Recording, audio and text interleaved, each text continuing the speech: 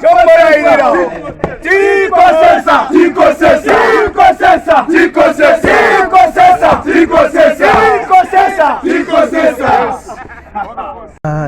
intra-party elections, there are no losers and there are no winners.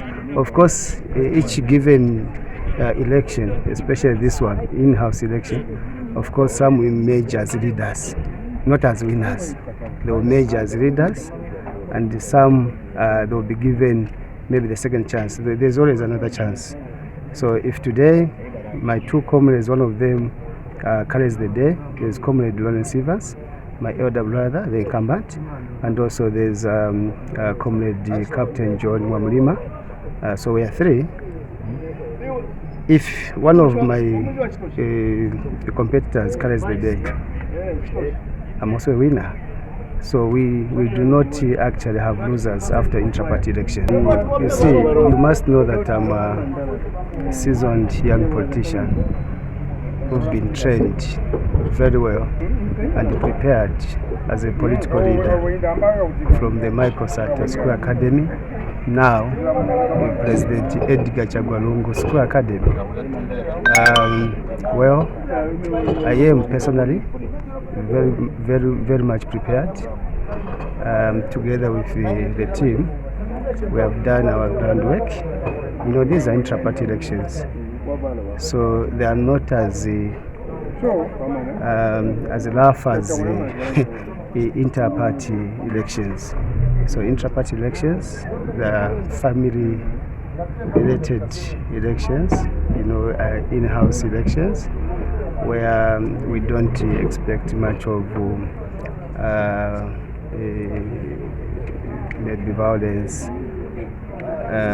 but it suffices to mention that since PF is a democratic party and all of us we are Democrats, so we always endeavor to practice democracy within the party, and President Edgar Chagwa happen, because you cannot have economic development if you have poor infrastructure. So when you start with your infrastructure, it means that those who want to do business, they will have to use the roads, they will have to use electricity, they will have to use all other infrastructure development. So that when you have smooth commerce and trade. So basically, for me, it's an opportunity for the people of Zambia to say, look, instead of having retardation, because once you put in an opposition, it means that they will abandon whatever that was done by the previous regime. They will have to start afresh. They will throw all the other issues that were being done. So it means you start from zero. And then by the time they take off and you know the art of doing business in government, then you have wasted about 5 years. And the only thing that we can do now for the people of Zambia is to continue with this regime. I'm not saying everything that we have done as PF is correct. There are certain things that we have not done well.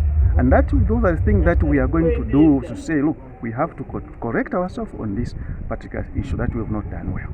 So this is why you have other countries that have achieved economic development. They have been having successful government for a longer period of time. Take a look at China. China, they are economically stable. They are economic giant of this world. Why? Because there is progression. There is consistency. Now, if you cut this government and then stop here, then you have to start afresh. We have learned a lesson from UNIP days. First thing first, we have to change the Zambian, the mindset. Not that you're thinking that whichever politician, they are corrupt, they are thieves. No, it's not like that. Honorable Siamnene, do you think the confidence that you have that 2021 you're going to scoop, do you think it's possible to have an MP from the southern part of Zambia? I belong to a school or a philosophy of possibility. There is nothing impossible. What was made impossible 10 years ago, 100 years ago, or 30 years ago, it is possible now. So it is possible that we can have a member of parliament from this particular region of this country. We can have. So people, they can change. People's mind are dynamic. Anytime they can change and do certain things. The general populace of this country. So basically, we are not saying the Southerners, they cannot change. They can change.